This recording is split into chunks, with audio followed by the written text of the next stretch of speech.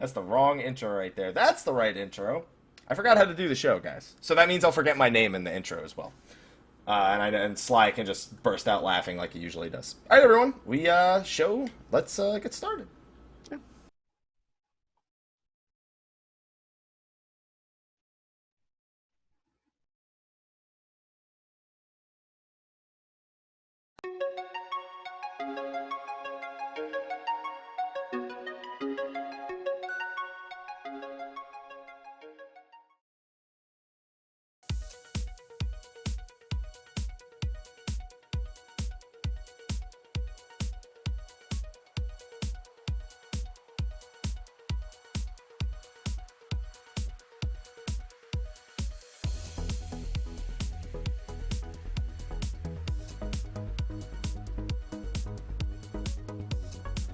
But I had to do it. It says it at the top of the show notes. I have to do. I was gonna convince Sly to say it with me, but I figured. Yeah. He does not like big butts. Mike Light. Right now. That's a Mike Light right there. That's a Mike Light. There you go. But anyway, everybody, welcome to State of the Realm, your weekly Final Fantasy XIV podcast. This week, we're gonna stay true to State of the Realm and talk about raiding, but this time, we're gonna be posing some questions to you in the chat, as well as to each other, about, do you really want to raid in 3.2? And if so, why? Are you really about that life? Are you really about that life? We're gonna ask ourselves that. We're gonna reach deep inside Giggity and find out. But first, we need to introduce our hosts. You know me, Michael, Mr. Happy Poveromo, and of course, you know our other host, Sly, aka Slythefox, aka Slyakagreyfox, Sly, aka I ain't got an extra nickname for you this week. Woo. Except for that was a nickname, aka you, my boy, Blue. How you doing, my man? I'm doing good. How you doing? How you doing? How you doing? Sly, I just realized I never really asked you if you like my new office, by the way. It looks spacious. It looks trendy. It looks spacious. Yeah, we have a bit of a static problem in here. It causes bits and pieces of the room to just be fucked up. You can see it. You can definitely see it. It's unfortunate, but it's all about the lighting. You know, you just gotta look at it in the right light. So, anyway, we have a pretty interesting topic to talk about this week. And again, we are going back to raiding. Not to talk about Crafty and Gathering. You want to talk... Mel and I's house almost got demolished for the second time, so the second round of demolishings for people who saved it the first time should be within... I mean, it can happen any point, but, like, the next set should be possible soon. What do you mean? Like, I don't know. I feel like people who were saving their houses, they probably did it at the last fucking minute. And now it's just, like... they're going to fucking have to do it again or they're going to forget. Like, I have a feeling that's just going to happen. But we had 15 days left. How have you forgotten? They send emails, but sometimes you just stop giving a shit. But how have you forgotten to go in your house? I can go in the house, but Mel has to go in the house to keep it. So, like, I'm a tenant. So she is the one her house. Yeah, because I was like, yeah, because you want the house, you want to decorate, and that was the thing. She wanted to decorate it, and I couldn't do that back then. I was like, I'm not gonna buy the house, I'm not gonna decorate it. So you buy the house. There we go, worked out. So there, we talked about something that's not raiding, housing. Fantastic. Threw it in. There you go. Before we get to the important part of the show. So anyway, this show, talks a little bit about raiding. And a lot of people... A little bit? Just a tiny bit. Like, occasionally. Occasionally. It happens. Sometimes. Yeah. But it's not even that we just talk about raiding. A lot of it's just we get asked more questions about raiding than anything else.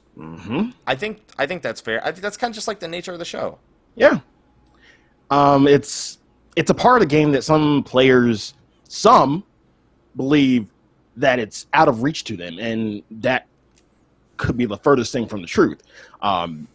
It's an option. It's just another part of the game that's optional to players. A lot of people do it. You have this handful that don't, and this handful that wants to get into it. So, and from the handful that wants to get into it, that's where we get the majority of our questions. Yeah. Or a lot of people that are just getting into it. Like, we get a lot of A3 Savage questions, especially. Like, is it our Paladin's fault we're not winning? Or our Dragoon's at 800 DPS, but is it our Paladin's fault we can't push Hand of Pain? That was not a reference to Sly. He does more than 800, I think. Damn straight. I've been parsed. I know what I do. He knows. Like, yeah, so many times people, like, come and say, like, oh, wish I had a raid group, or, oh, man, your raid group, you guys are beating it so easily. You guys are actually beating it. I want a raid group like that. It's so easy to have that grass is greener kind of outlook. Like, oh, your raid group is the shit. How can I be a part of it? How can I get a raid group like yours? Do you really want that? I don't know if you really want that. Yeah. You don't know these people. Again, are you really about that life? You gotta ask it. I love that way of phrasing it. Are you really about that life? Are you really about that life? Because that's like saying you see people who are like hooking up with mad chicks at the nightclubs. It's like, are you really about that life, or do you really just see that and you're like, man, one day? No, not one day. That's not you, man. Yeah. Because it's and I hate to put it this way, but raiding, there is a quote unquote lifestyle that goes with raiding. Oh yeah, trust me. Trust me on that one. So what we're gonna do is kind of delve into that lifestyle and ask the questions, like just kind of go down a checklist to see, are you really ready to be about this life? Because there's a checklist you need to have before you even think about going into raiding, if you're thinking about it. And I think it's fair to say this doesn't count for people that like want to go and pug extreme primals and shit. Like this is like you want to go in, you want to beat all of the current raids, you want to have that achievement at the end that says I beat it, and that's it. That's what you want. And maybe you want a sexy weapon and a Godwalker mount like Slyh here. But anyway, you saw him bite his lip right there when I said that. I don't know if that was fear or excitement, because biting your lip means a lot of different things.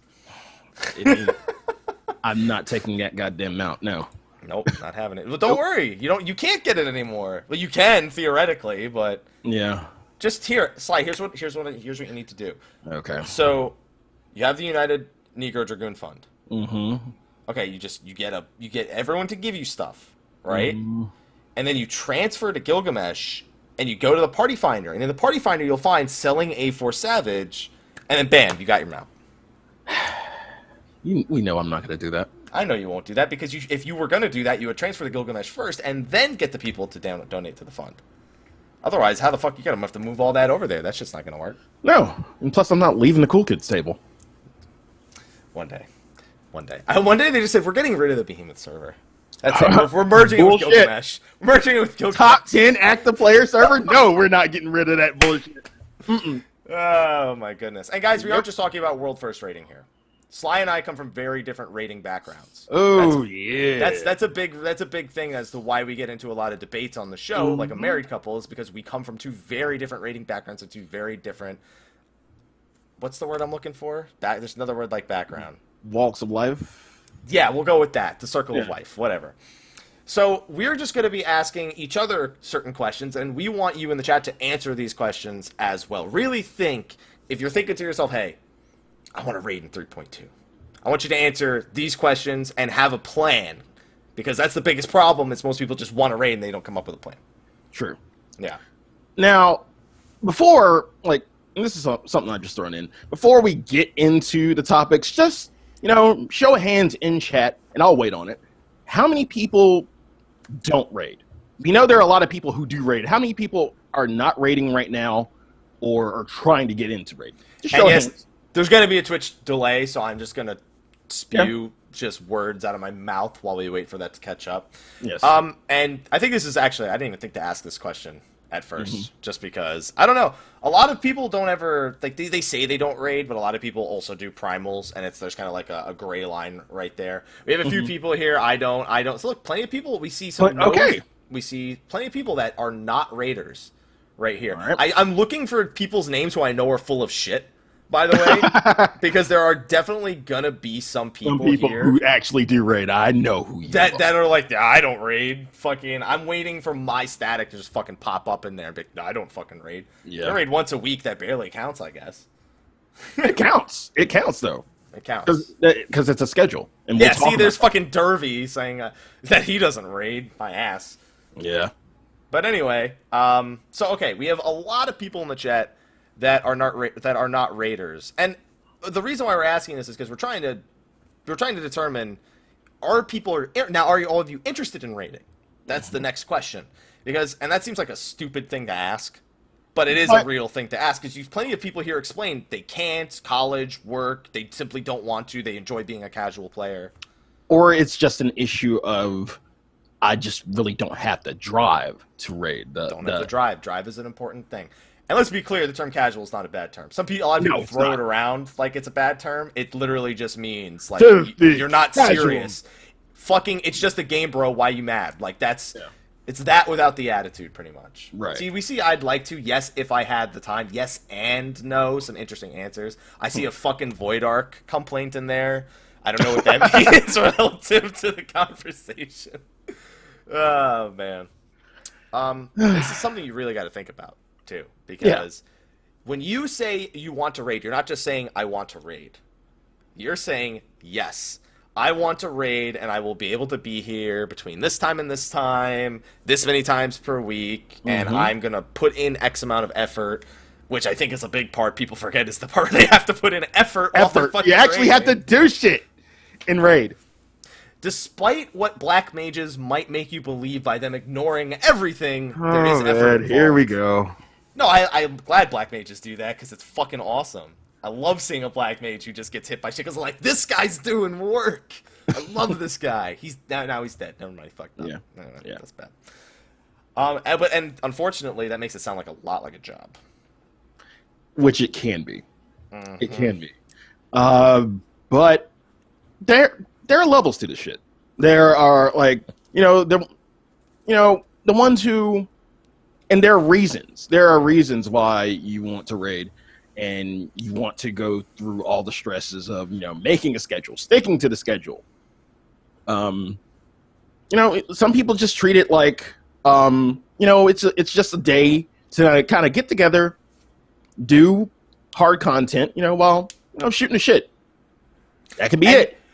Do you know who the YouTube content creator is who does that? There's a free company that literally is just them laughing and like not taking it seriously at all, and they're so fucking fun to watch. Somebody in the chat knows what I'm talking about. Please don't link it, because if you're not a sub, you're gonna get timed out. But tell everyone who that is, because those are great videos to kind of motivate you to find a group just like that to raid in. Because that's a good raid environment that they have. They call each other they make fun of each other, but you're not a friend. Nest. That's what it is. Nest. Okay. Not Drake. Not Dragon's Nest either. There you go.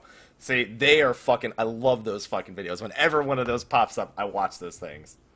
Those are great. If you haven't seen it, you need to watch them. I'm going to look it up. It's Drac and Nest. Okay, there you go. Not Dragon's Nest, but Drac and Nest. There we go. And yeah, I mean, Derby points out, for my level at least, and I'll talk about this in a second, it is a part-time job, or a full-time job. It's a full-time job for a week, pretty much. Right. But for some, like Nest, it may be a hobby, and you might hear a car going crazy outside. This is Los Angeles. You hear a motorcycle every show now. Oh, okay. So I don't think it matters. They're going to think it's me anyway. So yeah. But for like I said, for Nest, it's a hobby. It's just an honest hobby. I can't say just hobby, because just gaming in general is a hobby. We can agree on that. Whoa, Sly. Whoa. Are you telling me that my entire life was just a hobby? That was life for me, man. Yes. Yes. So when I picked up that Game Boy and I played Super Mario World, I beat that motherfucker at the end in the fucking airship. I was like, that wasn't a hobby, that was life. That was Mario. Well, you kind of have to look at it that way, though. Gaming is a way of life, Sly. Okay. It's a way of life. That's why... where's the Origin PC t-shirt that I have? It says, eat, sleep, game. There you go. I like that. I need to get that shirt, too. That's a good fucking But shirt. with all that, I'm gonna start out by asking the question, and I'll answer it myself too. Okay. But if you're really thinking about getting into raiding, you have to ask this question, answer this question yourself. Why do you want to raid? Why? Why do you want to raid? Why? And And we'll ask this in terms of 14, but in any. Oh yeah, you could answer this if if you're not playing 14, but you still support the show, and you're playing like any other MMO that has raids. Why? Why are you doing it? Why? We're not asking you like your mother who's asking you why are you staying inside playing video games all the time. We're asking you why do you want to raid? Why can't you just play other parts of the game? All right. Well, for me, when I started, it was at the point where it was, kind of accessible. You could pug, first coil, maybe a little bit of second coil. Final coil is actually when I took it seriously. Because, we were getting ready for Heaven's Ward and all this shit. Didn't you pug all the way through 9? Yeah. Okay, that's what I remember. Yeah. So, yeah, it was when I got to Final Coil that I took it seriously. I wanted to be about that life. And before going in, kind of had no idea what I was getting myself into. And then now that I've been with it, I know. It does seem like a job. Like serious raid groups will have a schedule. We had a schedule. We had, people will miss days. That's going to be a thing. People have stuff to do. People have jobs, kids, things like that. You kind of have to work around that. So that's why you make the schedule ahead of time. But for me, it was all about, doing this content, which is extra, which is optional again. But I wanted to do the harder content. Didn't really necessarily want the title, but the challenge was one thing, that brought me to it.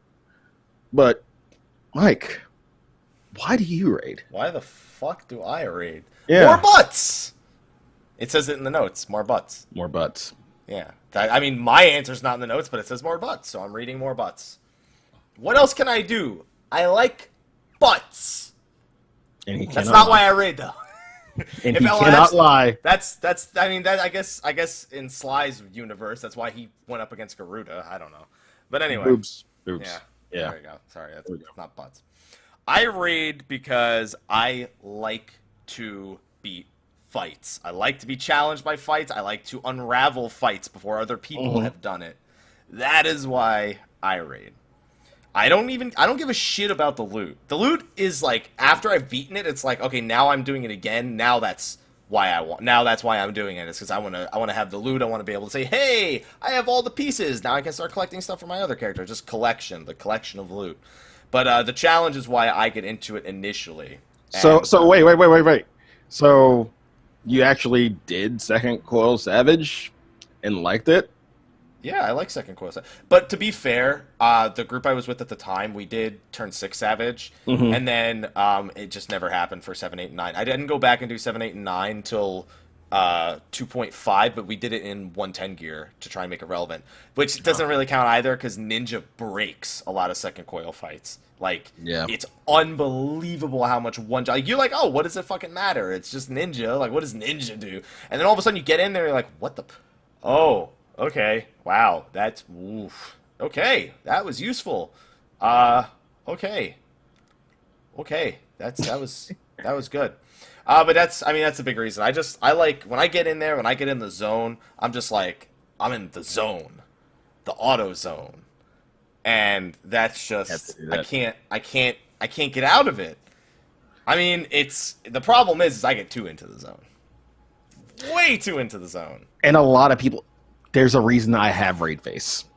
There's a reason I have I have raid life. Like when I'm like progressing, it's just like the walls end like here, like my monitor walls end, and it's just like okay, until we win, pretty much. I have to be it, and I want to do it before everybody else starts figuring it out. Like that's a big thing. So you like the accomplishment, basically. I like the accomplishment, but I also the irony in being someone who makes stuff that helps people out is that I don't want to be the person who's being helped out. I want to be on the forefront. You can't take help, can you? Can't take it. I can take it. Don't get me wrong. I've Googled plenty of achievement guides in my life, but when it comes to like a raid fight, I was like, no.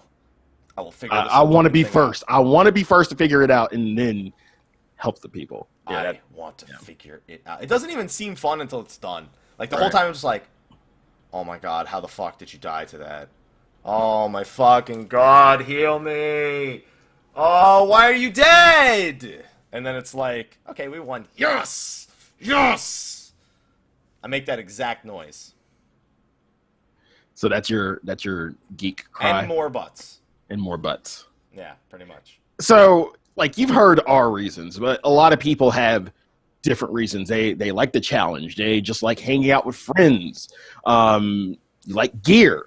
I mean, that's another. I mean, well, in terms of leveling, yeah, you're gonna like the gear, of course, unless it has shit stats. You know what? Why I don't care so much about loot? Going back to my answer, because you're bringing up gear again, and it's like, as soon as I beat the fight, I don't give a fuck about the loot till I need the loot for the next fight. It's like It's like technically, isn't it going towards the next fight though? But I mean, at that point, it's like for that raid tier, it's like as long as I get it in the next 6 months, I don't give a shit. Like, I'm in no rush to get this full. Because what the fuck am I gonna do with this gear? I'm gonna wait fucking however many months till the next fight comes out, when then everyone else is just gonna go farm it and get whatever remaining pieces they had, and it's whatever, you know. That's why the loot. And besides that, a lot of people hate the whole linear progression, the whole vertical progression. That's why I don't give a shit about vertical progression, because the loot is like a non-factor to me. It's just cool to get, but it's like it's not my motivation. So it's easier to not give a shit about vertical progression. That's for me, at least. I somewhat give a shit about the loot. Somewhat. I know. I've seen you get the spear from turn 13. Yeah. I put that in the in the dream video. The dream video.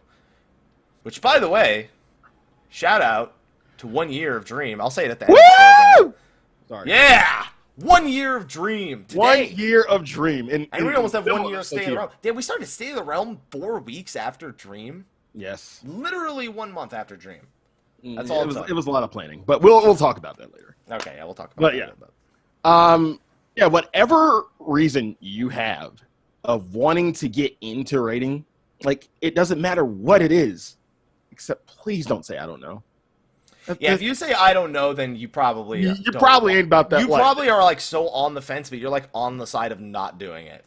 Like, that's what side of the fence you're on. Like, just really think about what you want to get out of it. You have to want to get something. Like, you can't just be like, I don't know, I just do it. Just do it. I can't see the squat flex. Yeah, sorry. I know it was there. I could feel the squat flex. As long as you felt it. The energy of it.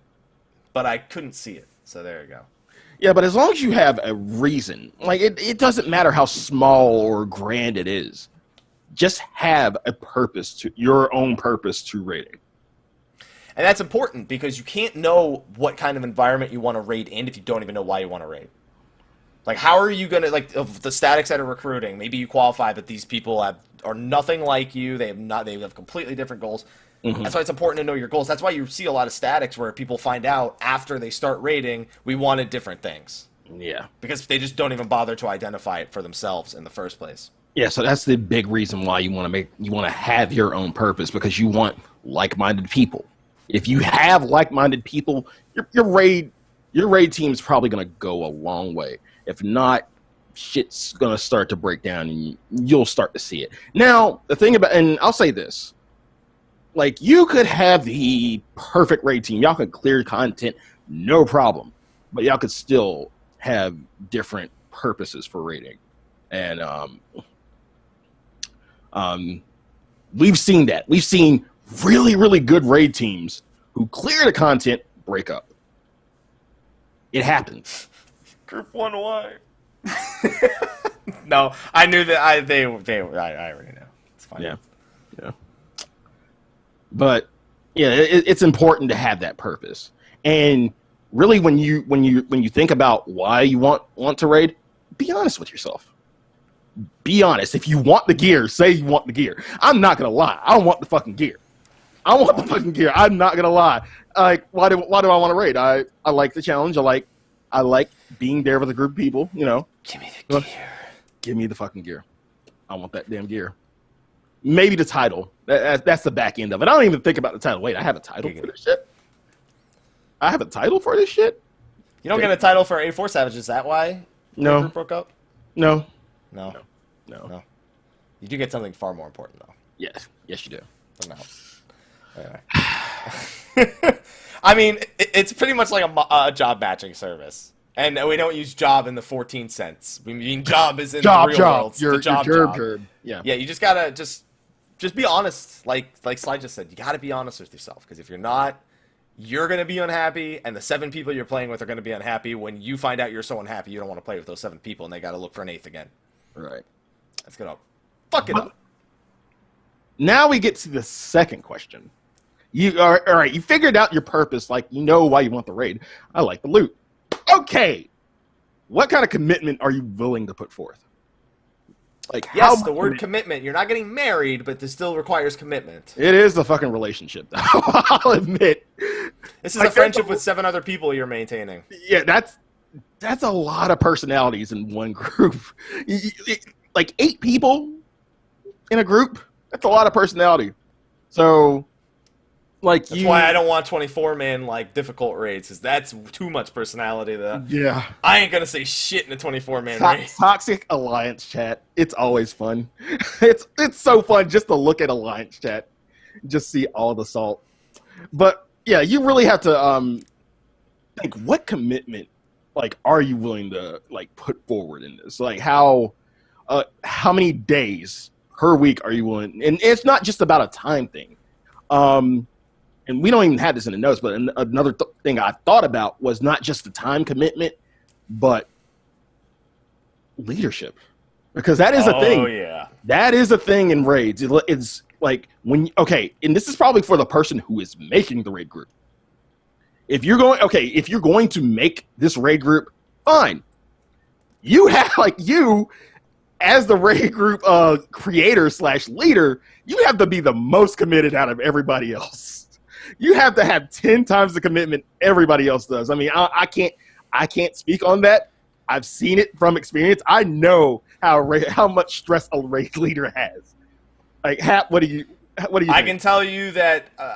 When I worked in New York City, I had a manager. His name was Vic, and he was the most committed person there, next to one of the other managers that I didn't work under directly, Will, and they literally did so much shit, and I was like, just give me a piece of that. I don't want all of it. I know you're my manager. I'm going to take this piece, and now you don't have to worry about that. You can worry about the other 9 things.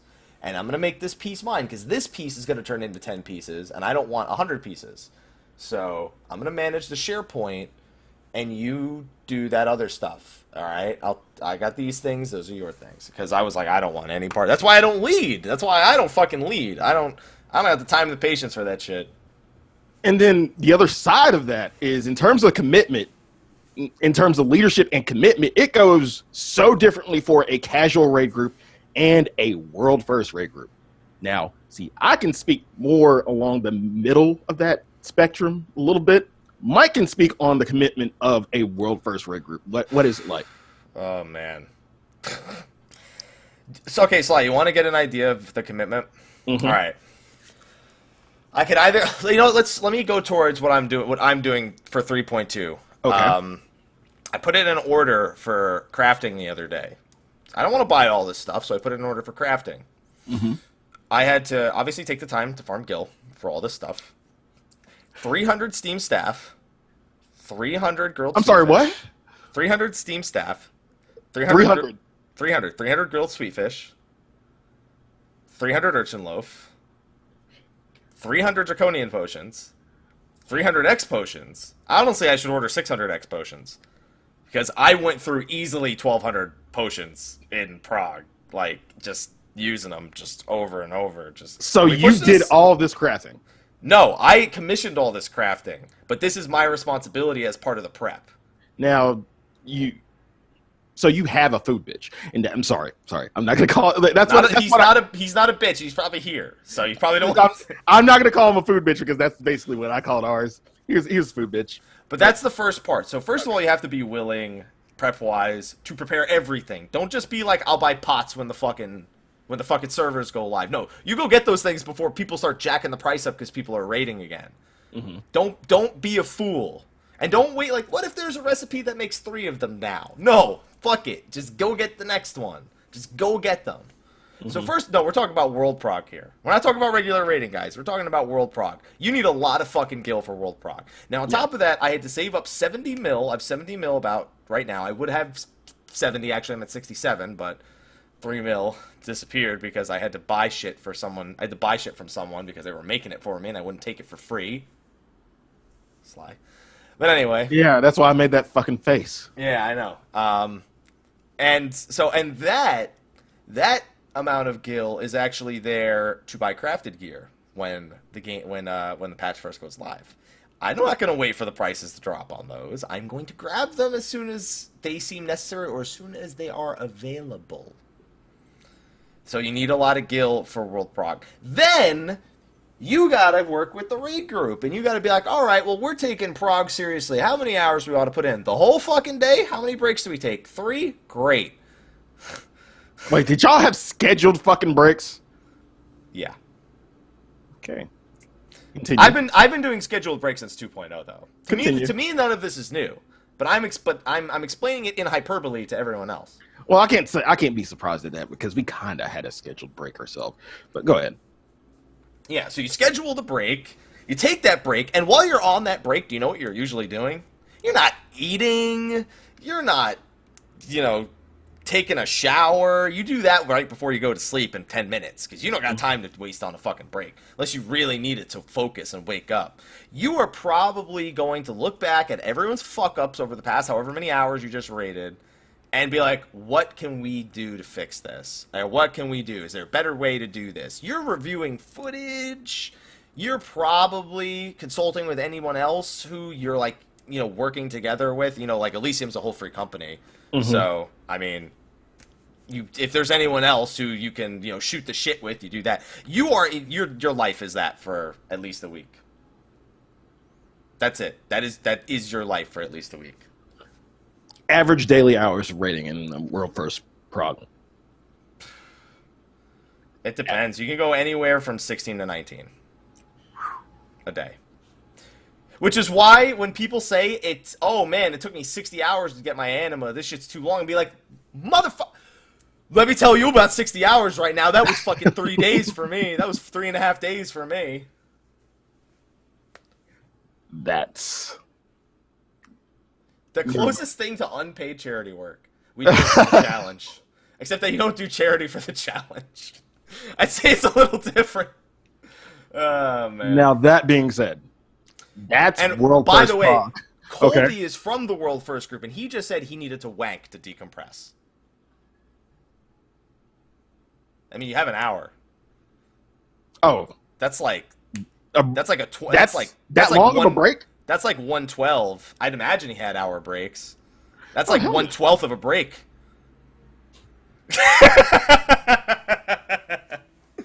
That's like 1/12 of a break right there. Now again, that's World First Prog. That's World First Prog. That sentence following up that statement, that's World First Prog. That's kind of the crazy shit. If you're not taking an hour. You're gonna hear some crazy shit like that. I've heard of people, almost having fucking nervous breakdowns in prog. Oh, I've almost had nervous breakdowns. Yeah, easy. Like, that's that level of commitment. And then you kind of scale it down a bit. If you're not doing World First Prog, none of this matters. None of that matters. Make your own schedule. Be reasonable. Don't try to kill yourself over raid, because you're not in a World First race. You're not. So you don't have to be that serious. Nope.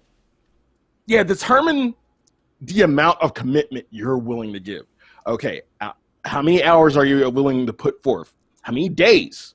Because some people just raid one day. I personally don't recommend more than a week. Like, more than a week of the hardcore prog. But right. If we're talking about regular prog, when the patch first comes out, that first week, even I think for the lower groups, needs to be different than every other week after. Right. Because unless you're going to beat it in 2-3 weeks, like, you can't devote a shit ton of time. And I think a lot of people try to over-devote time to non-world prog.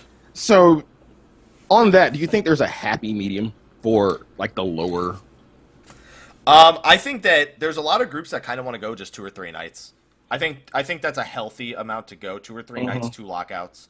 I think that's, if you're not serious about prog at all, I think that's where I would put it most of the time. That gives you time for friends, it gives you times for family, times for personal responsibilities. You can still go to work every day, and it's scheduled ahead of time, so you never have to worry about running into that. The problem is when you do 2 or 3 nights, what ends up happening if your group isn't progressing is somebody just bullshits the group, makes plans, and says, "Shit, guys, sorry, my fucking grandmother's dog has diarrhea. I can't come. I left my baby brother at the ball pit in McDonald's. And he's not. And I went back and he wasn't there. I gotta go around and put flyers up." Like, people start making bullshit excuses when you only go 2-3 nights a week, and then the other people get frustrated. Well, that's true. But okay, for example, our group my old group went 4 days, Monday through Thursday. Mm-hmm. We had that. Like, people did have actual shit to do, like, real life shit. So it's okay to accommodate ahead of time. If you let your group, it's like a job. You let your group know ahead of time, they'll probably be fine with it. Yeah. You got to communicate. Don't just, like, one thing I always had issues with is my Skype on my phone. If I leave it on, I'm always concerned it's gonna go off too much, and this problem because we had this with Twitter, where you have notifications, but if I turn the notifications off, then I don't get the information that I need. So I'm stuck somewhere in the middle ground, and that's something that you kind of got to think about too. Do you have a dedicated time where you're checking Skype or a spreadsheet or something like that? And you can do that in 2-3 minutes. You don't need to actually plan it out too much. Just make sure you're actually doing it. And on the topic of communication, in terms of communication and commitment, and this isn't really, well, I would say that this is something the raid leader should do, maybe, but VoIP. Just use Discord. It's fucking free. Have something set up. Discord's you also have to make sure it's something that if people have issues on their computer, they have something nearby, like something like TeamSpeak or Discord's good, or Mumble, because you can put it on your phone. Right. And if you need to, as shitty as it is, like if the internet on your phone is just fucking off, and you can't run too many programs on it, then just do it. Like, just have an alternative. Yeah. And then especially if one of those services is like, we're down, or your server is fucked up, you need a backup. So you take maybe one paid route, one free route, and you just make it work somehow. But all in all, with the commitment, you have to be prepared to compromise. Yeah. There has to be a lot of compromise. Again, 7 other people. Not everybody's going to be at the same standard as yourself. So, be willing to compromise. Be willing to compromise. Again, jobs, kids, bacon, fireballs, ladder, fireworks. I had to go with the John Cena route. Thank there. you. I had Thank to you. go there. What else is another commitment I had to make? I just thought about it. I had to level an alt that was equally as geared as my main. Why? So a lot of people don't know that this is a thing, or not willing to do it. I've been doing it since 2.2. You have a main and an alt. And what you do is you start clearing the raid with your main. You get a few pieces done. Maybe if you can, you clear the alt that same week. The following week, what you'll do is all 8 people need to do this. If one of them doesn't do it, you're fucked. Okay. 4 people go on their mains and 4 people go on their alts. Mm-hmm. All of the loot, and you split people up, like one tank is on his main, one's on his alt, one melee DPS on his main, one on his alt, or like one ninja, one bard, because they both use dexterity accessories. Like, you split them. You funnel all the gear onto the mains, and anything that they absolutely can't use, you put on the alts. And then you switch, and you do that 4 mains, 4 alts again, and you do the same thing. So basically, if you're looking at it, your 8 mains just got twice the loot for the week, or twice the potential for loot in the week. I've been doing that since 2.2. So that's definitely a commitment you may want to make. Not everyone makes it, and it's honestly, the payoff is not always there because it's RNG. It really seems like diminishing returns, though. You're doing it to try and mitigate RNG, pretty much. And some people also then take those alts and they raid with other groups and whatnot, and they try helping other groups. I've seen that a lot, too. Eventually, they just help other groups with those alts instead. Yeah, to me, it just seems like diminishing returns. Yeah. It works though. It's worked since 2. It worked in 2.2, 2.4. I kind of got into the scene late for that prog, a week late at the very least. But it's definitely something that you can consider. I don't think everyone needs to make that, but it's definitely, if your group is all 8 willing to do it, it can lead to more raid hours, more time together with your raid group. It can also lead to you kind of having something more to do in the game. Right. So, but back to the central issue, you have to ask yourself, what kind of commitment are you willing to put in, and what are you expecting out of this? And this is for the people who are thinking about it or don't. To win. I want to win. Okay. Win. We got to win. Gotta win. Win, no matter what. You were going for it. I knew it. Yeah. I saw the lips, the way your lips were moving. DJ Khaled. I was like, I knew it. Smart. DJ Khaled. That's what I'm talking about. You smart. Oh my god. So yeah, the commitment is a big part. I don't think it's the last part though, because there's so much that, because it doesn't matter just because you equal. What are you're looking at me like? What? You Sly? No, Sly. I gotta know. No. Keep going. What? Nope. All right. Anyway, moving on. Just because you're as committed and you happen to fit in the right time slots as someone else, you may not be as good as the people that you're playing with, or they may not be up to your skill standards. Or they may want to progress faster than you, and you may want to progress slower, which sounds stupid because who wants to progress slow? Some people like the slow ride. This is kind of a touchy subject. Oh, yeah, it is. It can be really touchy because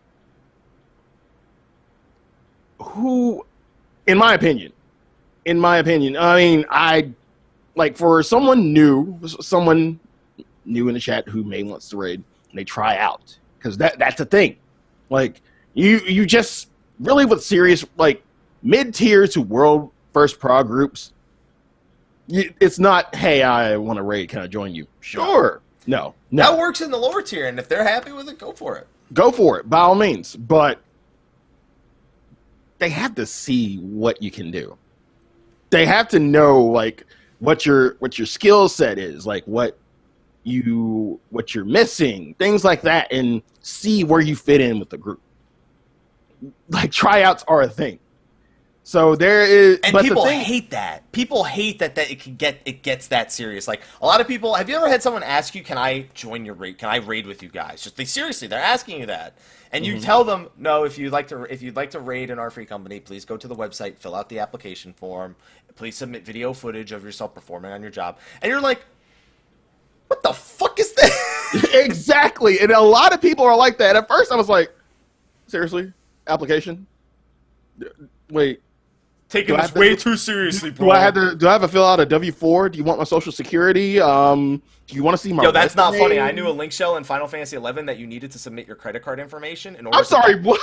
in order to buy characters. I remember there was a link shell in Final Fantasy XI where you needed to put in your credit card because you needed to be willing to buy characters. So they needed to have your credit card information. Oh, that's fucking funny. That's too serious. That was too fucking serious. That's too serious. Did I But tell you the story about the time this guy got banned for botting a level 10 enemy after he had paid $500 for the character 3 days prior? no. That was so fucking funny. Oh, man. But yeah, you can kind of see how it may, like, with the whole application thing, it may look a little serious. Again, it's like a job. You are, like, with the mid-tier to world first prog groups, you have to try out. You have to, let them know what you are, what you can do, what you bring to the table. So that means, actually running with them, seeing how you perform, and whatnot. Now, with that, the thing is, they still might be like, and this isn't world first prog, this is just the kind of mid-tier and below groups, but they might be progging themselves, like, they might be progressing themselves, and if you try out and they don't clear, like sometimes you might feel like absolute shit. Oh my god, they didn't clear. I didn't do my job. No, don't feel like that. As long as you're doing what you think you're capable of doing and bringing to the table, you should be fine. You really should be fine. And I would say that with this, don't stress over it. Please don't stress.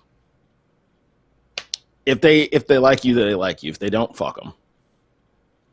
I remember when I first trialed in Death and Taxes after playing with Legacy for a long time. I knew Death and Taxes back from World of Warcraft. I had a friend who was a top 10 raider, not in Death and Taxes, but he kept me well appraised.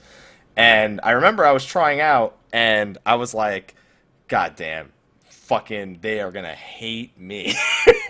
But I got there, and we beat 10, 11, and 12 on week 2, the second, in the night. They had already beaten it the week prior. And then I was like, so how's my trial going, guys? Mm-hmm. In the middle of the night, and they're just like, no, you're good. You're here. You're good. You can stay on the server. And I was like, yes! It's such a freeing experience to not be on trial anymore. That was such a good fucking feeling. Oh, man. But go ahead. They had to test it. They had to try me out. I had to transfer to that server and try out to then potentially not get the spot and then be... luckily, I would have been on Gilgamesh, so luckily I didn't end up on, like, Behemoth or something. But... this Slyh is like... I'm sure there are nice groups on Behemoth too, Slyh. I just don't know them personally.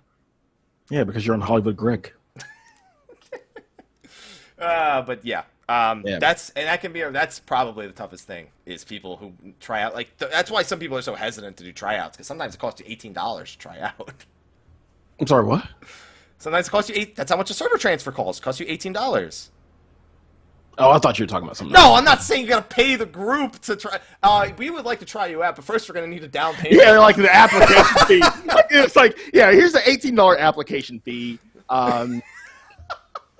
I was about to say, good lord. Okay. No.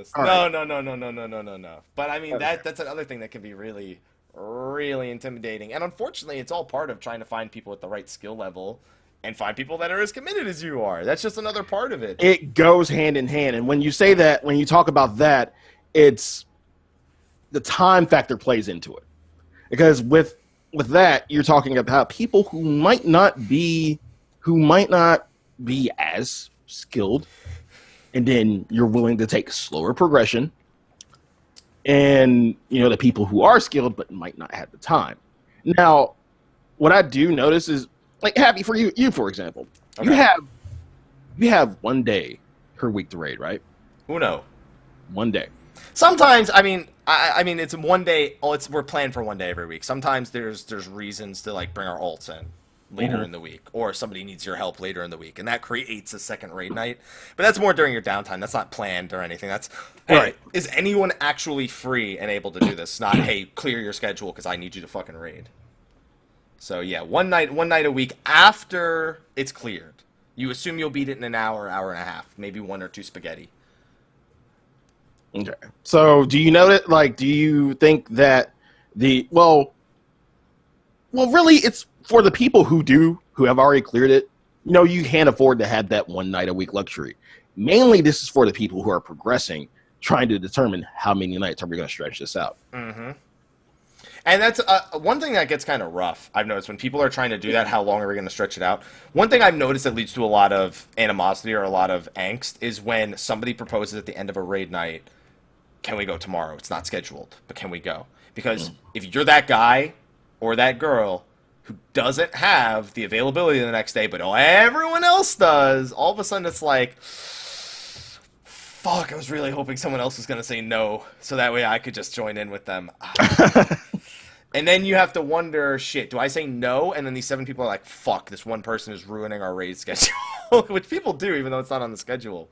Or do I just say yes and cancel my other plans? And then people get really fucking... They get anxiety over this shit, because they're like... No. Like, people, like, they're going to hate me, or things like that. Like, it's not bueno. It's not bueno. It's definitely not bueno. Keep to your schedules, ladies and gentlemen. Always. I remember we had an issue. It happened a few times where And I'm pretty sure a lot of other groups have had this happen. Okay. Where that one person just disappears. They're not there. They're not there. You I don't love know that. where they're not. You don't know where they're at. You cannot reach them any way, shape, or form. You try to call them, Facebook, anything. Skype, text, call, and all of a sudden they call you like 30 minutes late, and they're just like, "Sorry, I fell asleep with my phone on silent." It's happened. Oh yeah, that happens to every group, especially when you're going like 16 hours a day and you get 1 hour breaks. People are like, "I'll just take a quick nap. I'll just take." Oh shit, I'm late. Okay, there we go. And another issue is, asking if people are willing to bring up newer or less experienced players. That's a huge thing. Because most people are not. I have an immense amount of respect for Zeno. I don't know if you see him do this, but a lot of the times he just goes to the party finder, just to try and teach groups. He's got the fucking patience. Like, yes. I've done that, and a lot of the times people just quit after 2 or 3 runs. But he'll actually sit there and remake the fucking group until they win. God, why aren't a lot of people like that? Zeno will make an excellent sensei. Oh, he can make an excellent Tim. He'll make an excellent Tim. He'll make an excellent senpai. Yeah, there we go. There senpai. You go. He's going to be a terror good senpai. Groups. Yeah. On Greg, we call them traps. Trap groups. Because it's a trap. You're like, you tell people, yeah, come into this raid group. We're just doing A1 and 2. You'll get out in no time. Nope, we're here for 2 hours. Yeah, that's a trap. Yeah, that's definitely a trap. Yeah, and then the other issue. And every raid group, no matter how good they are, has this saltiness. Oh my god, the salt levels, salt levels so high. Just take a sodium meter, because those exist, and put it on your arm so you can calculate it. Got all these fucking spices. Y'all decide to be fucking salty. Yeah, couldn't be paprika or like could at least be seasoned salt, so like you have a bit of taste. Yeah, there you go. Yeah, they're like with progression. There's going to be a lot of salt. Oh, yeah. A lot of finger pointing. A lot of this, a lot of that, a lot of yelling. And you got to be able to take it. If somebody says to you, hey, you're not doing enough, you can't just be like, you got to be like, okay. You got to be tough skinned a little bit. I hate to say it, with like mid-tier to World First Prog, you have to have some tough skin. Oh, yeah. And don't stay silent. No. Talk to your fucking raid group about shit. Use your words! Use your words. Any excuse he has to say it, he just fucking says it. Use your outside voice. No, you're inside. That's rude. Oh. That's some southern loving and advice right there. Yeah. That's what that shit is right there. Say it with your chest. Say it with your chest! Yeah. So, yeah, don't be afraid to speak. Please don't be afraid to speak. But I feel like there's a fine line to it. There's a fine line when it kind of causes arguments. Oh, it doesn't just cause arguments. It causes fucking racist. Man, the story of our Missed World Third always comes up when I think of arguments, because man, did that fucking cause chaos when we missed World Third by 500 health. Oh my god. And it's because 2 people died on the last ferrofluid. Oh my god, it was the hardest. We had LB2 and everything. We literally all stepped away from our computers shaking. Like, angry at people and angry at ourselves, and just, like, we wanted to punch holes in walls and shit. Like, everyone was on fucking edge. But everyone also wanted to get back in. Not everyone was able to go right back in after something like that. And that is, like... That's rough. That's rough, man. But you have to be able to come back from it eventually and just realize you were angry, you were heated, it was a tantrum, whatever it is you want to call it. Yeah, I actually have a little bit of a work story, because work raid related.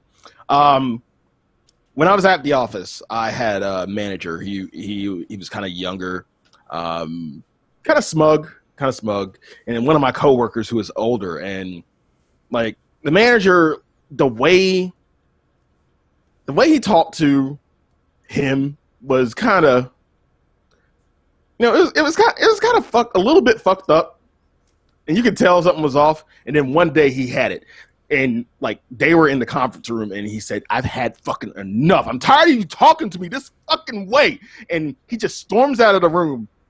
And then our owner was back in the other room, and he just peeks in, just calmly with a smile, and he says, "You know you had to go. You know you're gonna have to go back in there, right?"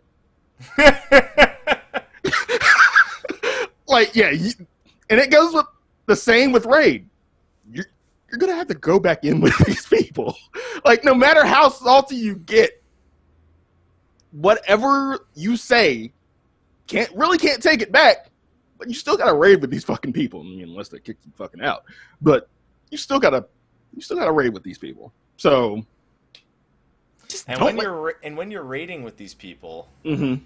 you have to ask yourself: are these people as driven as I am to win? That goes back to what it is you want out of the group.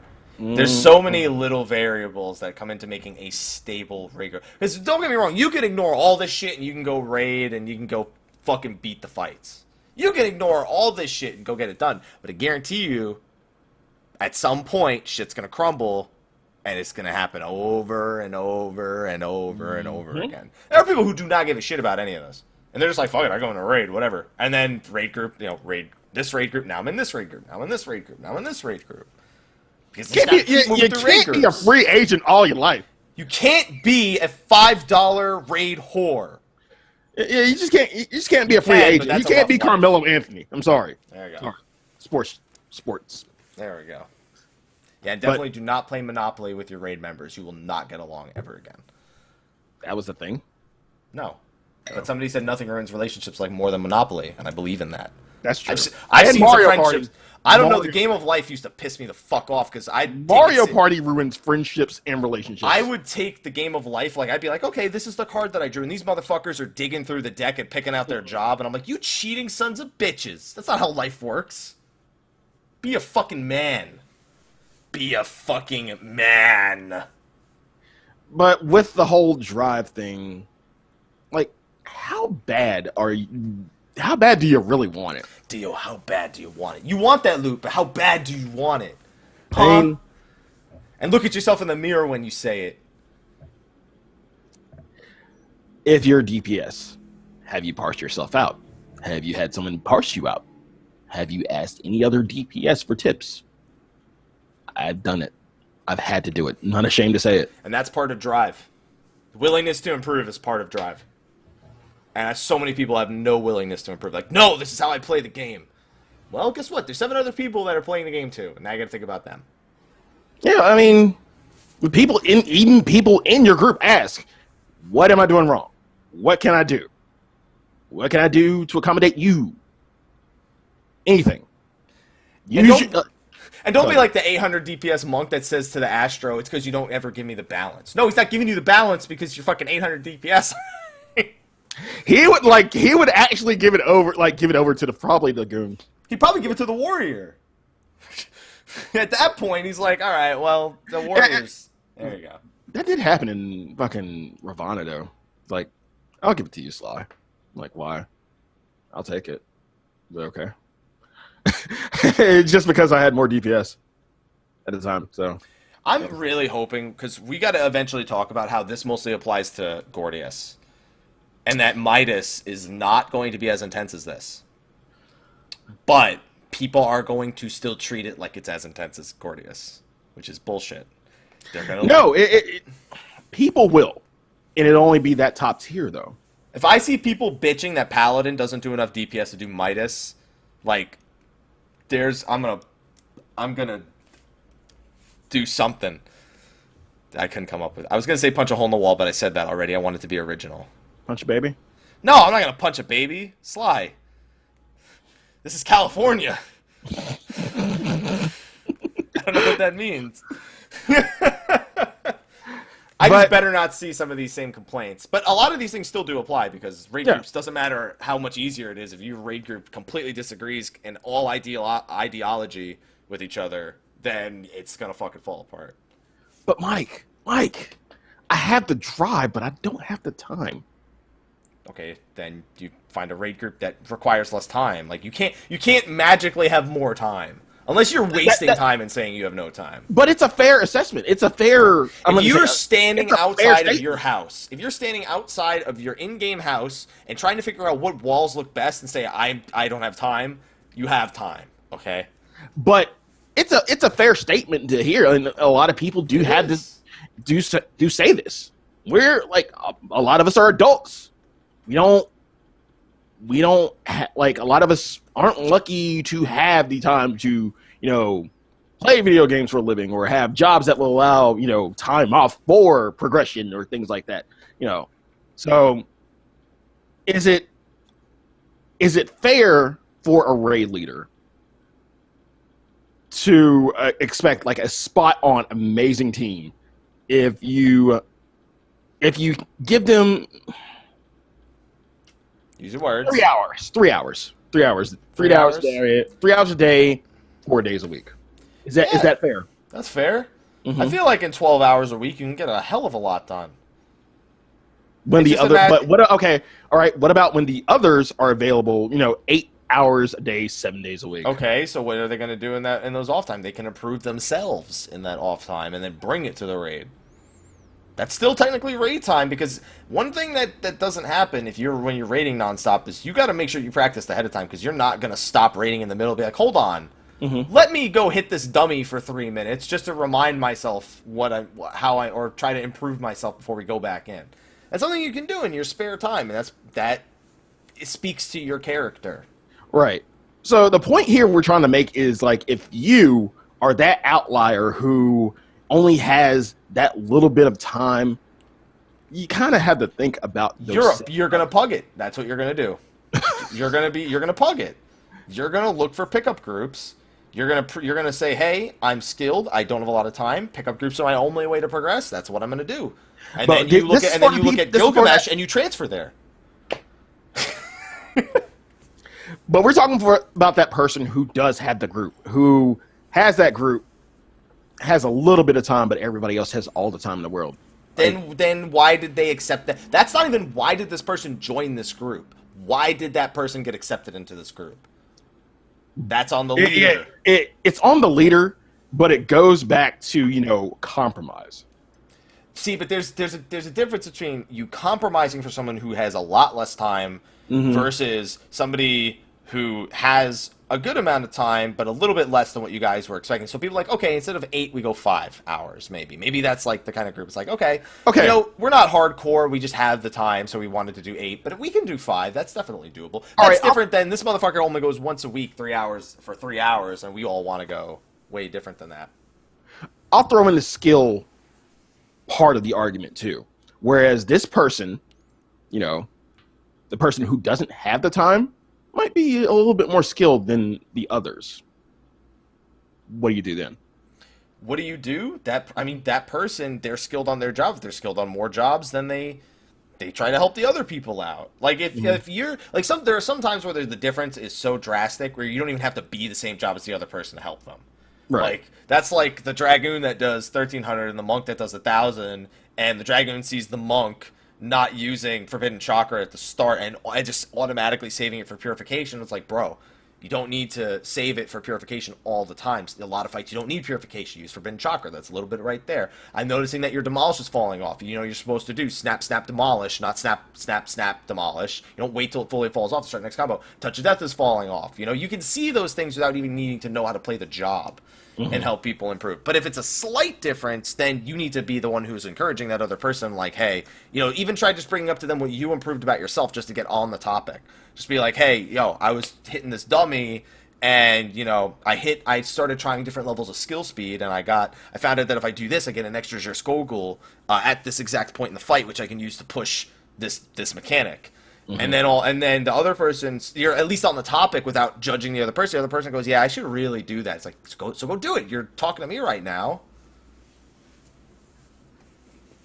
That's just a big part. And then sometimes it's down to mechanical skill.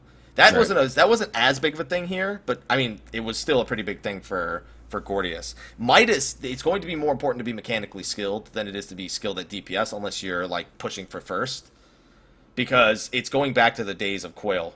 where turn 9, people who just couldn't do mechanics, they didn't end the fight for you, but they made everything a hell of a lot more difficult by dying to the fucking to the same fucking mechanic every time because they just couldn't grasp their head around it.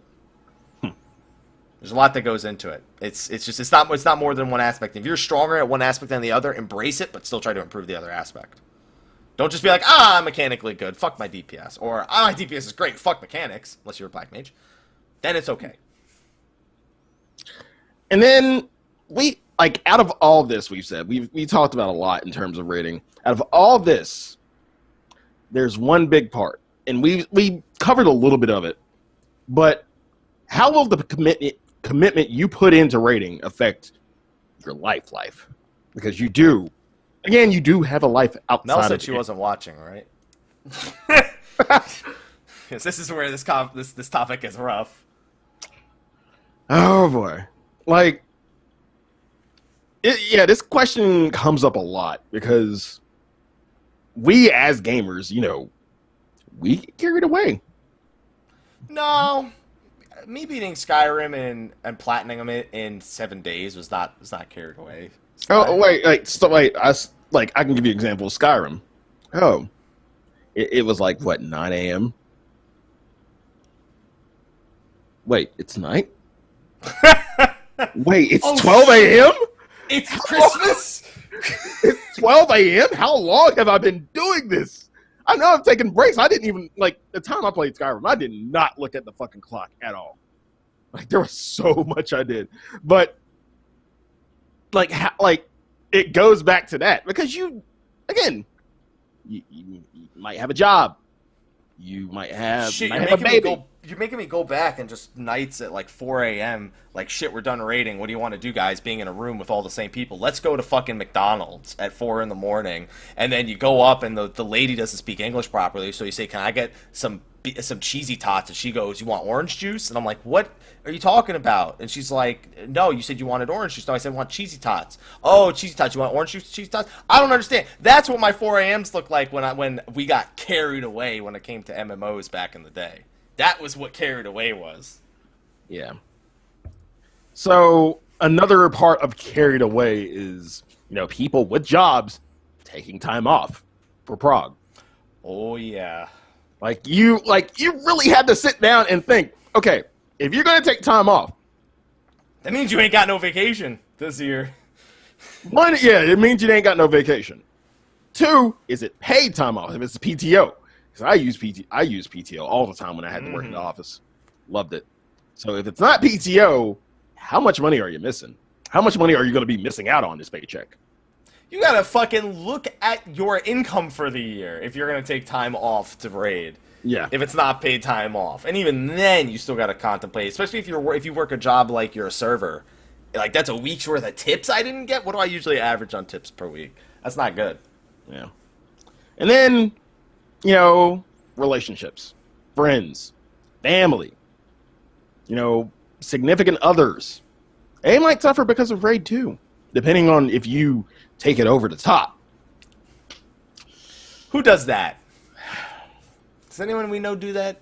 I wonder. It's really bad. Yeah. It's really, really bad. Especially because every part of me is okay, my breaks are planned out. I already know what's happening on my breaks when the patch goes live. I know I'm going to be eating during, the minute and a half you have when you leave the raid instance and you go back into that's my eating time. That's my eating time. I can get up and say, let me get water real quick before a pull, but I'm not going to, that's when it's give me the Chex Mix! Give me the Chex Mix! Now, let me ask you, in that breath, do you have pre-prepared meals or? Yeah, I usually prepare things ahead of time, so I can literally just microwave it and then be done. You have to do that. That's a big part of prog again that you have to do. We encourage you to plan meals and cook ahead of time. No one wants you to die while you're progressing. Get bottled water so you can just have it next to the computer. Get pre-made meals. Get some frozen meals if you have to. Fuck it. Get food. Don't ignore yourself. Take some vitamins. Vitamins. Yes, vitamins. Take some fucking vitamins. Be healthy. Don't be like Cartman in South Park. Be healthy. Yes, really. Get up and stretch your legs. In the hour break you have, get up and walk around. Be healthy. You get a fucking, see, Derby, you get a fucking George Foreman grill, a mini fridge with chicken in it, and you just fucking do that.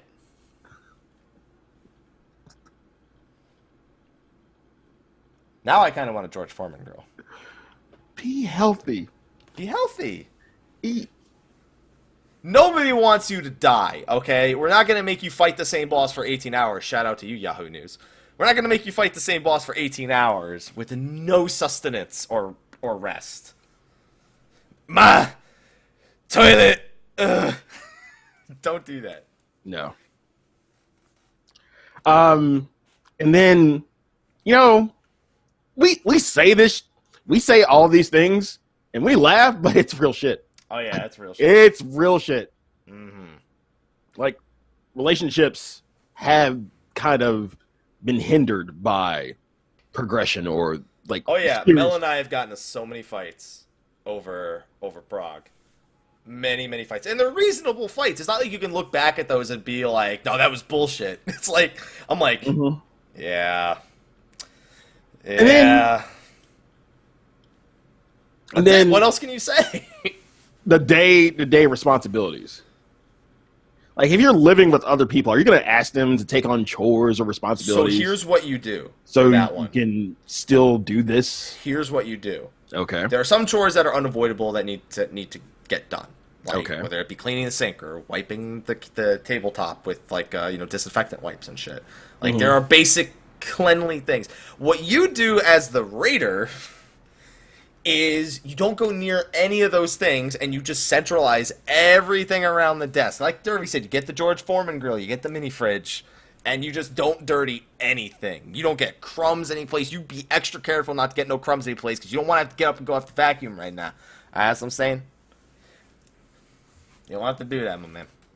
You keep it centralized. You keep it around where it is. Because you don't want to make work for other people. You're not a dick. You just got to raid.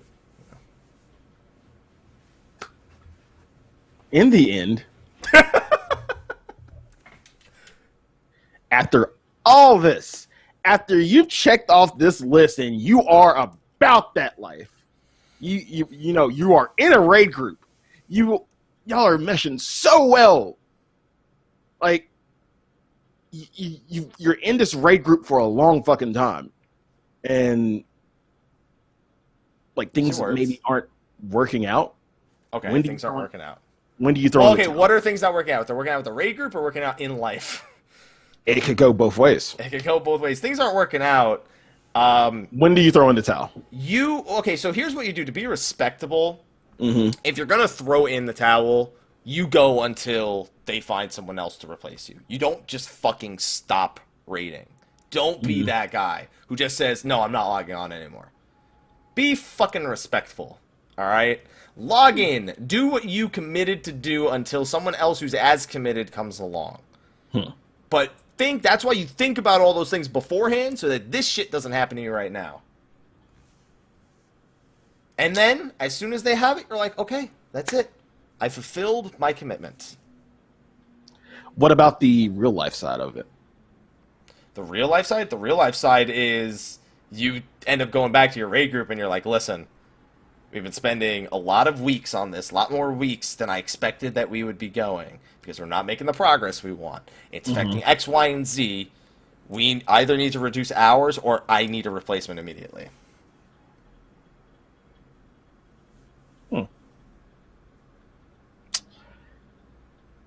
Really, if you like, I feel, okay, the game side, I feel like you take it, there's a certain point when you know it's not working.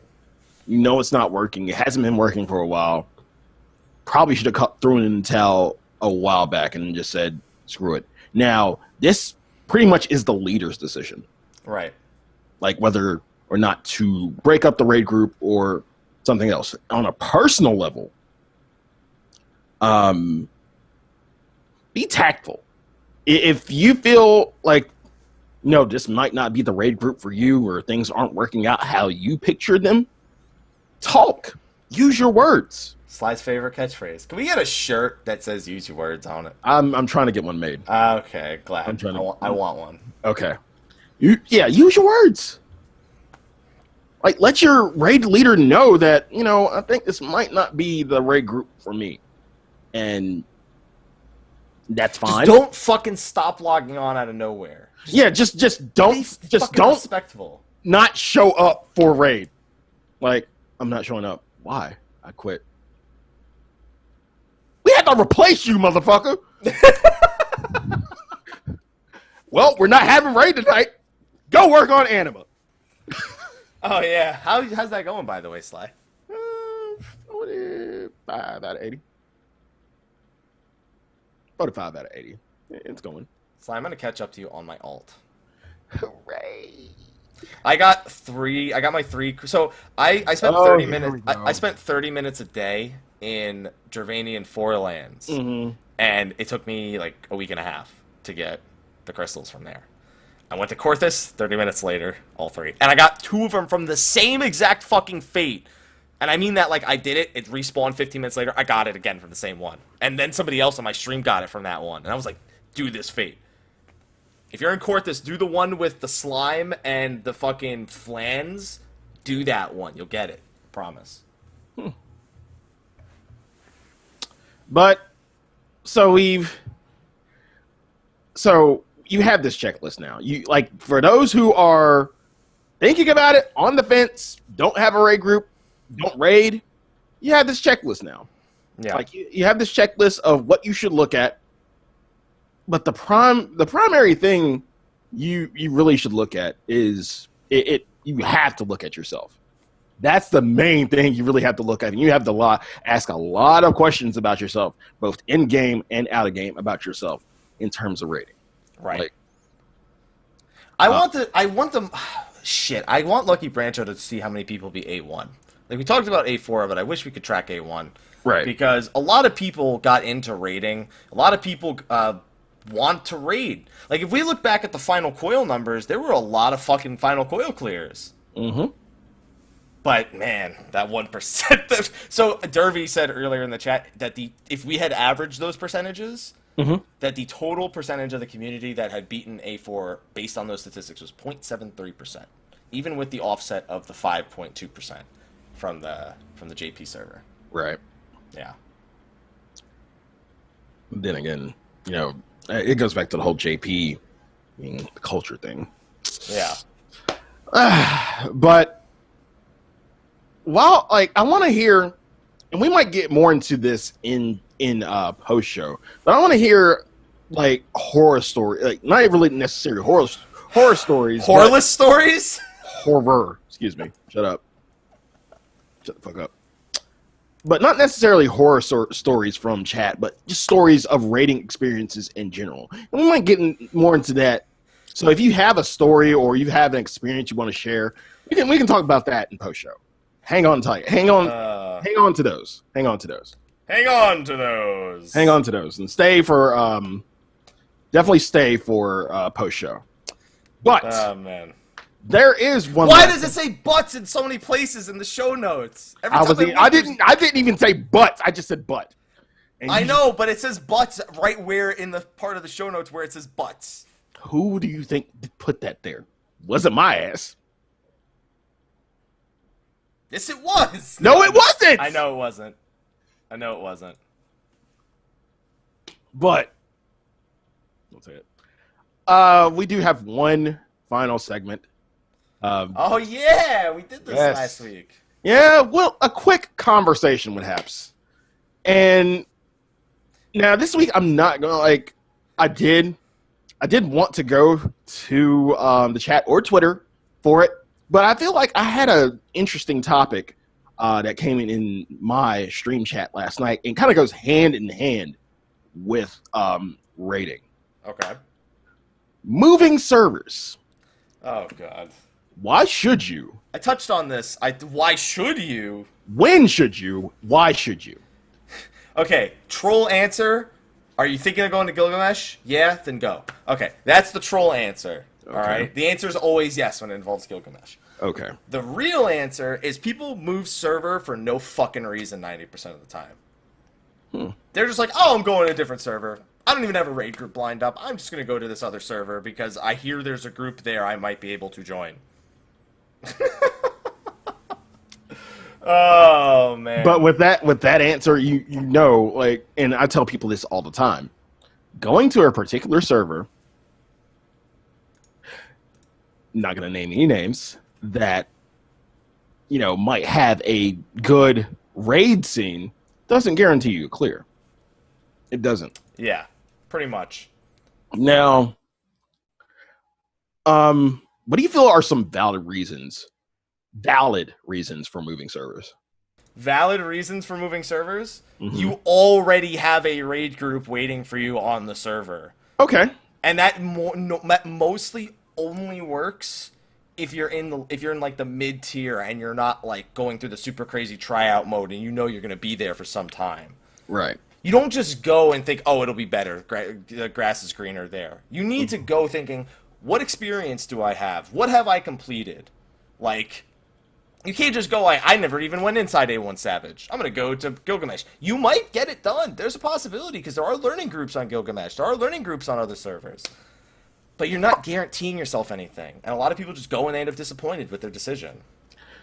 Take away raid from that. Why else should someone move? Better economy, more people to level with, different data centers. So, like, for example, when I moved to Behemoth, I felt that your data center had slower queues in general than the Ether data center. So I came back because I couldn't stand waiting that extra, like, 6-7 minutes. Every time I had to wait 6-7 minutes extra for a dungeon, it was time that I didn't want to be spending waiting. Maybe the PvP queues are better on certain servers. Maybe your grand company wins more on a certain server. Maybe your friend just started playing the game, but he couldn't get a character on your server, so you want to play with them. That's a good reason to move a server. Right. Instead of trying to force them to get on your tough ass to get on server, you go spend $18 to be with your friend.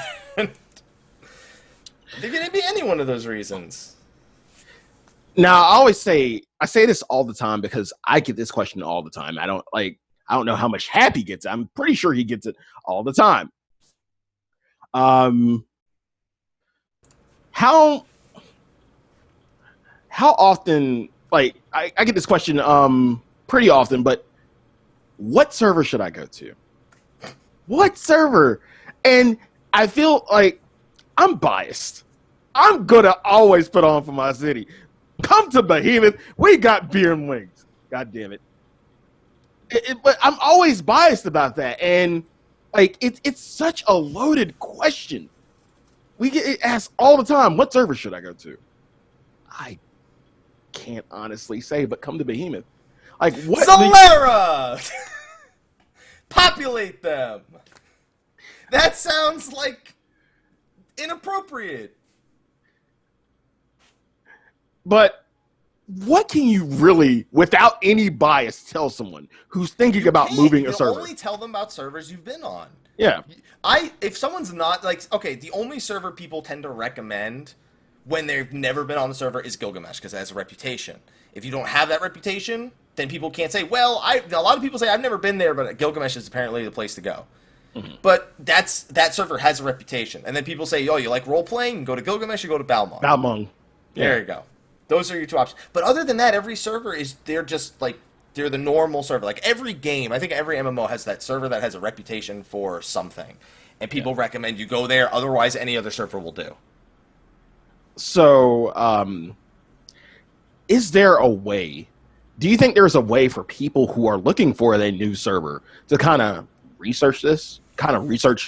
There's not good enough information out there to research it. Like, you can ask around, but I mean, Lucky Branch shows thing is the closest thing we have to a real means of determining. Like, XIV Soul was what people used to use, which is a website that calculates people, but it wasn't calculating it down to the point where it was giving people an estimate of active players on the server. It was just literally pulling characters per server character population. Mm-hmm. So it's real. There's not good enough tools out there. I would like at some point as quality of life tool for, other than showing locked and unlocked, show what kind of population a server has, or even allow, this one's kind of risky, allow the community to kind of put together campaigns for their servers. Like we've seen the Free Company campaign things from the community team. I'd like to see a server campaign. You know, showcase the things that you guys do for fun. You know, work together with the other free companies on your server to show new players, you know, what they have waiting for them on a server. It's just, I don't know. There's not enough information out there for people to make a real decision when they first join the game, and it feels like almost every person who joins the game now ends up regretting the decision for the server that they're on, and then all just going to Gilgamesh. Now, with the game, is this like with, I don't know, something like that, something like, you know, showing off what a server can provide. It's showing off some, I guess, good sides of the server, because you know every server does have a bad side, but like if you're trying to recruit for that server, you're not going to show you the bad side of your server. Right. But is this something you think the devs or the game itself should do? Should have some kind of, you know, preview server, or is this, should we as the community take it up on ourselves and, you know, have our own recruitment tools? The problem is with showing how populated a server is when people see the word low, they immediately click past those servers, and those servers are perpetually fucked. Okay, let me rephrase it. Without even talking about population, because you can go on a low pop server and still have a good experience. So what can we do? Should that be on the game and the devs itself, or should that be on the community to show, like, to have some server recruitment tools, like, this is our server, this is what we're known for, this is what we do, we're a good server, come to here, we have so-and-so, yada, yada, yada. Like, what do you think? I would like them to encourage the community themselves to do it. Okay. But I want them to encourage it. We shouldn't... We are responsible for it at all times, but to have those community, I mean, the community team does really good with the community events. There's usually, and the submissions are always good. The people who enjoy that aspect, they do a fucking good job putting things together. And I'd like to see those people be put to the challenge of attracting people to your server. And it comes down, and that includes the super small servers like Zalera, like Mateus. Show why your server isn't actually the server that's being made fun of on State of the Realm every week. You know, show them why people should come to your server. Not right. So you might have heard that there's nobody here. Well, there's people right there, and I can promise you, they're not the only ones on the whole server. Right. Just, it would be nice if it was encouraged, and I think that as for the dev team themselves, I don't know if a population count's a good idea. I don't know. I feel like people just, because people most of the time say, I just want to know which has people on it. And that means there's never gonna be a chance anyone ever ends up on those other servers. So do you think something like a community team sponsored contest or event would? But they do those all the time. I'm just saying, let's make that one of them. Yeah. So like what, a community, like a server recruitment contest, like kind of like server recruitment contest, and you know what? And then you put them all together, and you make a fucking ad that you put out for Square Enix. Boom. See, should we have applied? Mike, should we have Hell applied? no, I'm not applying to that job. You don't want to know the truth. I applied to that job 3 years ago. 3 years ago, before I was doing this. So you don't want? Because I had just lost my job in New York City, so I said, fuck it. I put in an application. I had no qualification whatsoever. Do you want to apply now? No, absolutely not. Because that would mean giving this up. I wouldn't be able to do this anymore.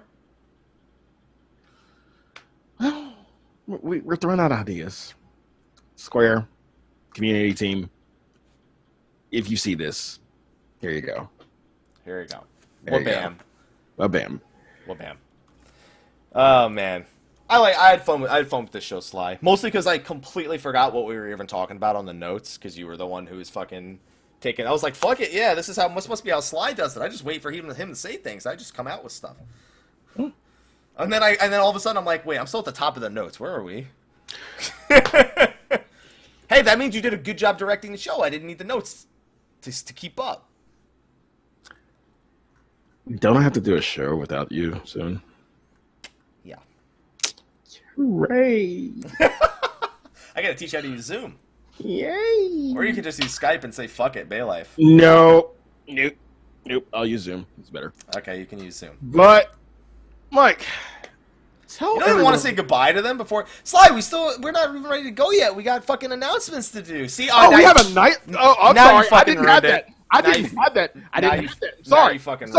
Sorry. Trying to close out the show and everything, but goddamn, go ahead. You got announcements. That's it. We have announcements. I mentioned it before the show started. Sly, you don't fuck it up. I totally forgot. I got wrapped up in the show. I'm sorry. There you go. All right, you're invested in the show. I'll forgive you. Thank you.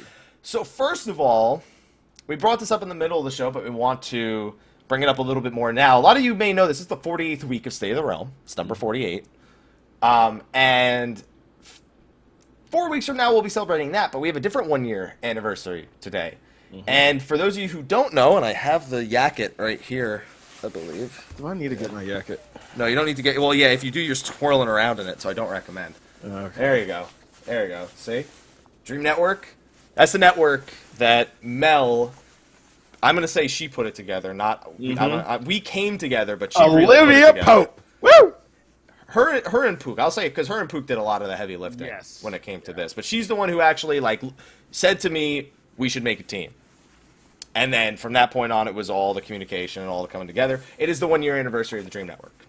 So without the Dream Network, we probably wouldn't have started this podcast either. Mm-hmm. So we want to say thank you. And we want to say thank you to all the members of the Dream Network, including some of the newer ones, such as Dan, Max, Lori. Definitely Pook just had his 1 year straight of streaming. Just this last week, and that was phenomenal. Pook is the fucking man for that. There's so many great people on the team. And we want to thank you all, because a lot of you have been on the show.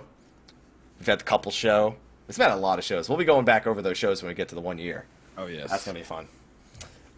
But yeah, so thank you, everyone, for making a year of Dream possible, and luckily we'll be able to make a year of State of the Realm possible in just 4 weeks. 4 weeks. 4 motherfucking weeks. Now, on top of that, Sly, what other two... Do you remember the other 2 announcements we were supposed to make? No. Motherfucker! The live letter is this Saturday. How the fuck are you going to tell me you didn't remember we need to announce that shit? Oh, yeah, we do need to announce it. I mean, I remembered it, but... Yeah, like, everybody knows. But yes, go on, Mike. Go on. This Saturday is the 3.2 Part 2 live letter. I will not be broadcasting the translation. That is why it was important that we needed to announce that. I'll be in San Antonio, Texas at PAX South.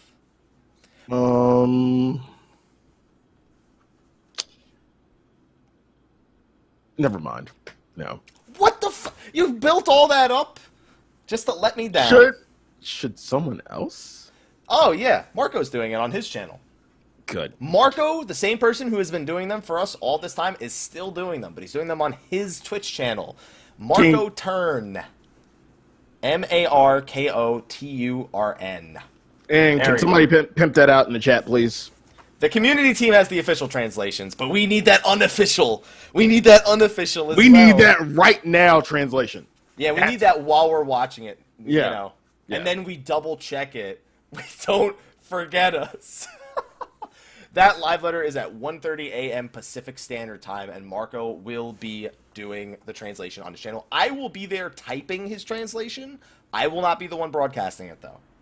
It'll be Marco. It will be Marco, so be sure to be there. I will be there. Okay, there we go. And then another announcement, Lee? Yes! This is another announcement, not 14 related, but I know a lot of you are very excited for it because it's Square Enix related. This Saturday at 11 p.m.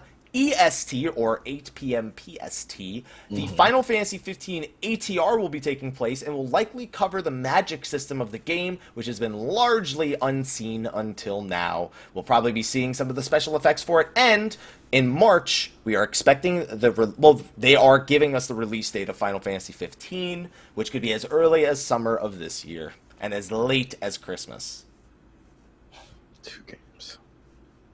2 games at the same time. I couldn't do it. There we go. I couldn't do it. Couldn't do it at the same time. Come on, Square Enix, please don't do this to me. That's why it's literally at 1:30 in the morning, Pacific.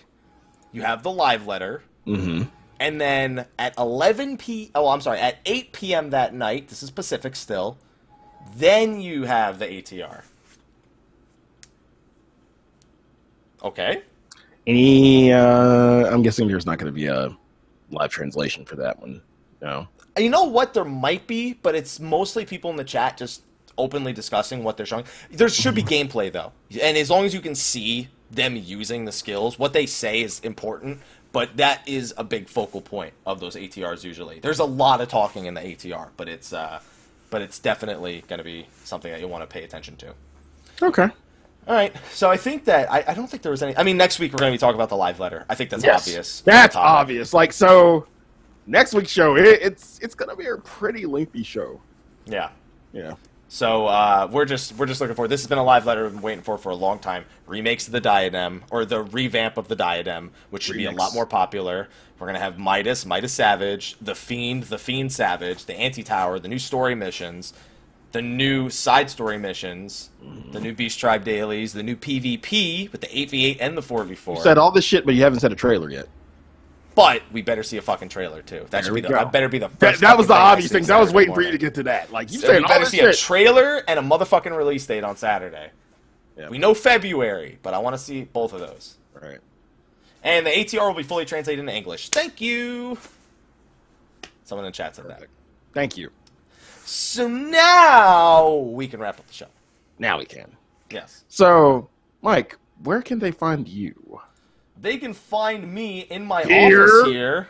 Yeah, in my office. Yeah, in my office here. I knew that was coming. Which unfortunately we're having some static issues in the office right now. Wait, you're having static issues? Wait, what? Yeah, you know how like when is your static breaking up? I'm sorry, what? Yeah, and you know how when you rub your feet against like the fine carpet? Yeah, you know, like you rub your feet, and then the problem is it's like you can see the static is the problem. So it's like it's a pretty severe case of static. Ah. So you can find me, Mr. Happy1227, pretty much everywhere. YouTube, Twitter, Twitch, Facebook, all that good stuff. So that's all you got to keep in mind. And then, where can I find you? You can find me on twitch.tv/Slyh, aka Greyfox. You can find me on Twitter at Slythefox, because I do pretty much everything on Twitter. You can find me on Instagram at Slyh, aka Greyfox07. You can find me in Plot 14, Ward 5 of the Lavender Beds on Behemoth. Cool Kid Sable. You can sit with us. That sounds almost kind of fucked up. Like you're allowed to sit with us, don't like the cool like I've seen these shirts that say you can't sit with us. No, come sit with us. You can sit with us. Come. Sit on Papa Sly's lap. How you doing? There you go. That's yeah, remember, he's going to have the couch, Sly's casting couch. Anyway, so on that note, everybody, we're going to move over to post-show. Thank you for watching. If you're watching this over on YouTube, on iTunes, or whatever, we'll see you next week. And. Yeah. We'll see you next week. See you next week! Yay!